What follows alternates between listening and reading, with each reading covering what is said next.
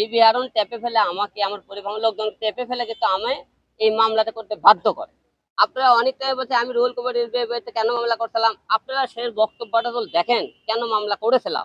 আমি কি সেই মামলা সত্যটা বলেছি যে মামলাটা করেছিলাম আমাকে ডিবি হারুন একটা টেপে ফেলাইছিল। আপনারা সবাই দেখছিলেন, আমরা ডিবি হারুন টেপে ফেলে আমাকে, আমার পরিবহন লোকজন টেপে ফেলে কিন্তু আমায় এই মামলাটা করতে বাধ্য করে।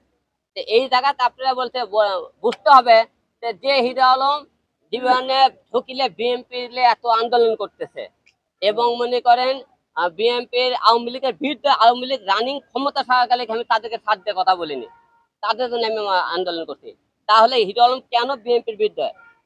সেনকে ডিবি আরমের এবং তাদের একটা মন্তব্য ছিল সেই টাইমে বিএনপি যারা বড় বড় সিনিয়র নেতা আছে তাদের বিরুদ্ধে মামলা দিয়ে দেশে একটা অরাজক লাগানোর জন্য, তাদের অল্টিমেট অরাজক লাগে থাকতে হলে আমাকে মতো লোক দিয়ে একটা মামলা দিয়ে রাখার জন্য।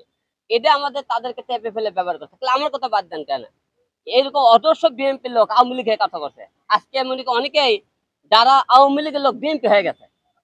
বিএনপি লোক তখন মনে করে যখন আওয়ামী লীগ ক্ষমতা আওয়ামী লীগ হয়ে গেছে।